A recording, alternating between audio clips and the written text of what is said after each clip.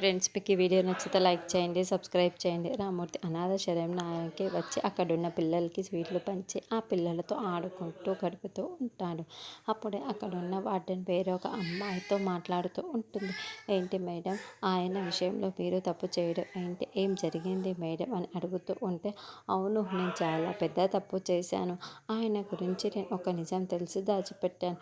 ఆయన కూతురు ఎక్కడ ఉందో నాకు తెలిసి కూడా నేను ఆయనకు తెలియదని అబద్ధం చెప్పాను అని ఆవిడ ఆ అమ్మాయితో మాట్లాడుతూ ఉంటే అప్పుడే రామూర్తి మొత్తం వినిస్తాడు.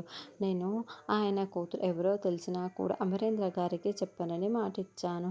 నా కూతురి జాడ తెలిసిందా చెప్పండి మేడం అంటూ ఆయన ప్రతిసారి ఈ ఆశ్రమానికి వచ్చి ఇలా వెళ్తూ ఉంటాడు. కానీ ప్రతిసారి కూడా నాకు తెలిసినా కూడా తెలియదు అని చెప్పి ఆయనకి వెనక్కి పంపిస్తాను. అమరేంద్ర గారికి మాట ఇవ్వడం వల్లే నేను ఇలా చేయాల్సి వస్తుంది.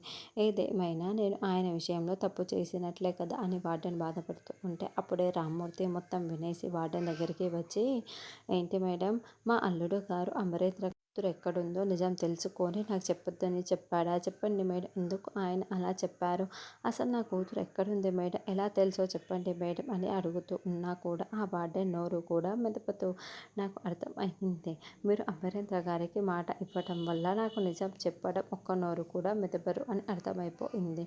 నేను వెళ్ళి మా అల్లుడు గారితోనే తెలుసుకుంటాను అని రామ్మూర్తి కోపంగా రగిలిపోతూ బాధపడిపోతూ అమర్ వాళ్ళ ఇంటికి వస్తూ ఉంటాడు. అమర్ ఆరు ఫోటోని గదిలో పెట్టేసి ఆ ఫోటో ముందు దీపం పెట్టి మొక్కుకుంటూ ఉంటే ఆరు పక్కనే ఉండి ఇదంతా చూస్తూ బాధపడుతూ ఉంటుంది. అప్పుడే రామ్మూర్తి చాలా కోపంగా డోర్ని తోసుకుంటూ మరి లోపలికి వస్తూ ఉంటాడు. మరి అమర్ని నిలదీస్తే కనీసం రామ్మూర్తికైనా అమర్ నిజం చెబుతాడు అన్నది నెక్స్ట్ ఎపిసోడ్.